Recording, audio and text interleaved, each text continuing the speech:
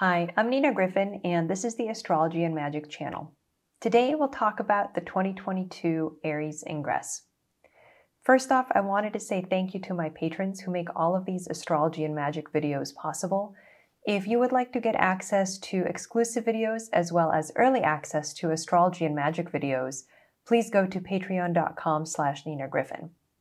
You can also, at the highest tier, get access to my monthly magical elections, which is a document that lists all the best dates for the upcoming month to create astrological talismans, along with instructions as well as additional resources to help you on your astrologico-magical journey. That's a long word. All right, now let's get started. Now, if you're not familiar with Aries ingresses, they are the horoscope for the moment that the sun enters the first minute of the first degree of the first sign, which is Aries. And this is a moment that coincides with the spring equinox as well as the first day of spring. Traditionally, this was basically seen as the new year. This is when the sun, the solar cycle resets, as it were. Now, in Iran, under old Persian tradition, they still celebrate this moment and this day as Nowruz, the new year. So you can see some places even today celebrate this as the first day of a new 12-month cycle for the sun. Now these charts, these Aries ingresses, we can set them for anywhere in the world. And they will tell us what will happen in the next 12 months for that location. If you set it for the capital of a country, the idea is that it summarizes the important events that will occur in that country for the following 12 months. So that year is basically, it goes March to March, March 20th or thereabouts, depending on exactly on what day the Aries ingress actually happens. Now, it's important to recognize that because I'm talking about the United States today, this chart is set for Washington, D.C. However, because the U.S. is a big country, if you live in a different location, like Los Angeles, for example, you can also, as a supplement, look at the chart for Los Angeles and read it in conjunction with the Aries ingress that's set for Washington, D.C. to get a closer read on your particular location. The other thing that we're going to do is the Aries ingress is just the first of 4 ingresses.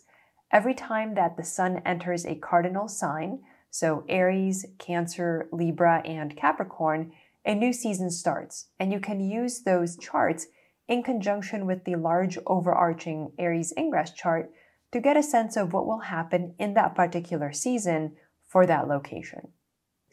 Now, this chart has 25 Gemini rising, and Gemini is important in the US because it is a sign that's very sensitive. I personally think of Gemini as the sign for the United States if we had to pick a sign.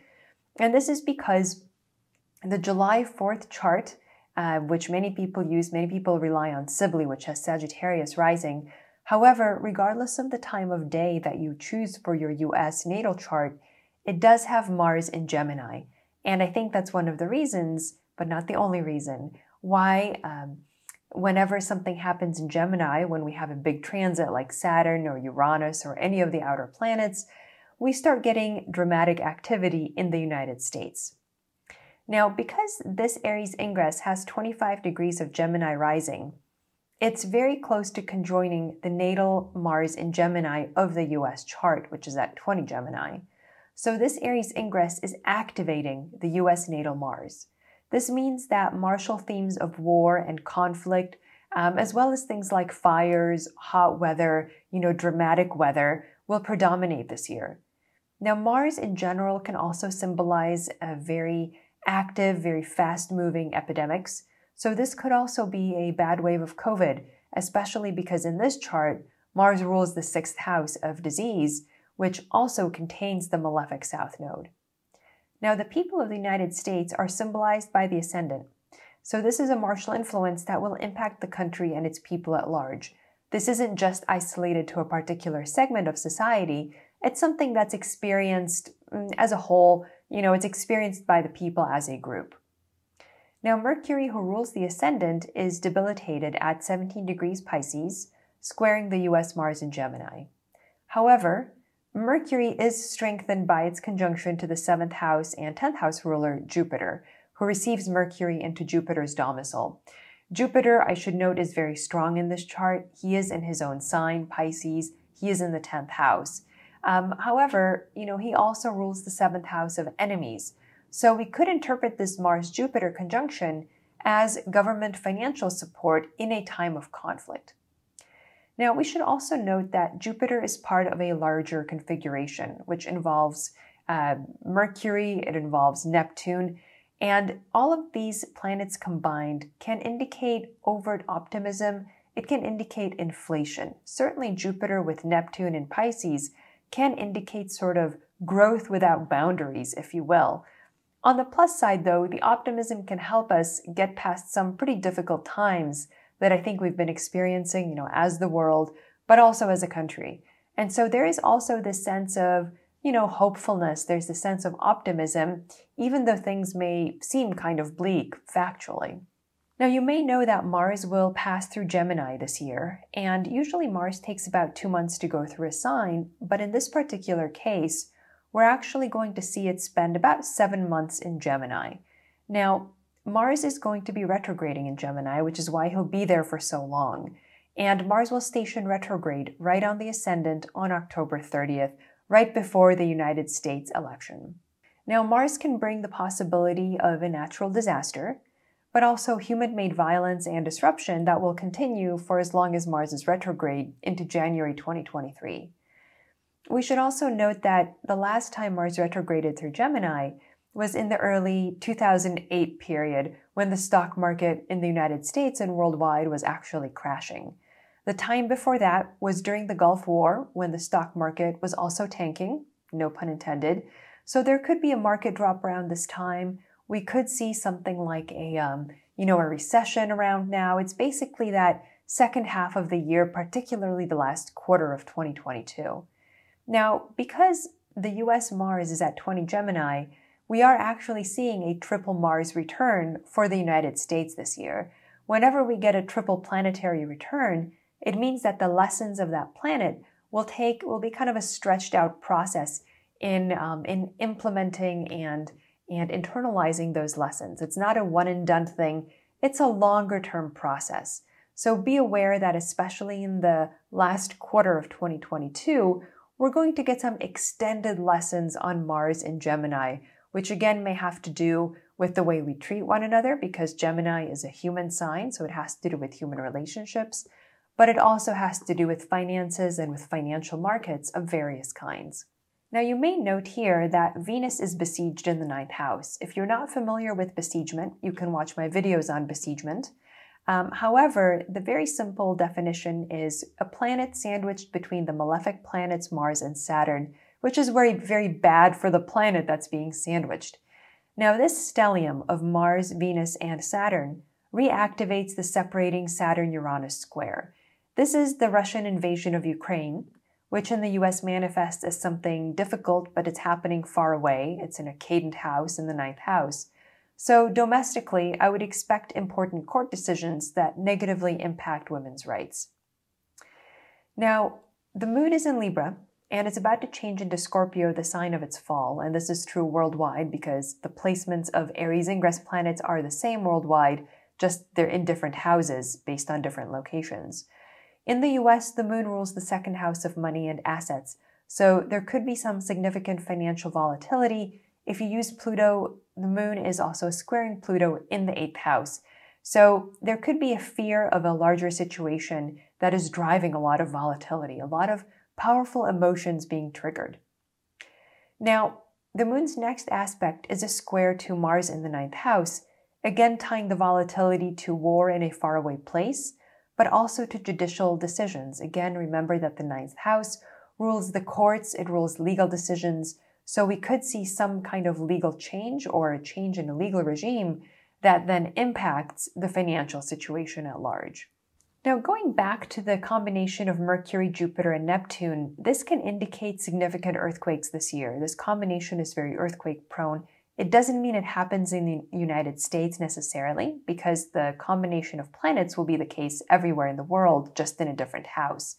And I'll discuss the earthquake in more detail in my upcoming eclipse videos. But just for now, know that the possibility of major earthquakes is present in this Aries ingress, but we need more fine-tuning with other techniques to try to predict a possible location of the earthquake. And finally, I wanted to leave you with a few key dates that basically represent transits to this Aries ingress. They are moments when the potentials in the Aries ingress are going to express themselves.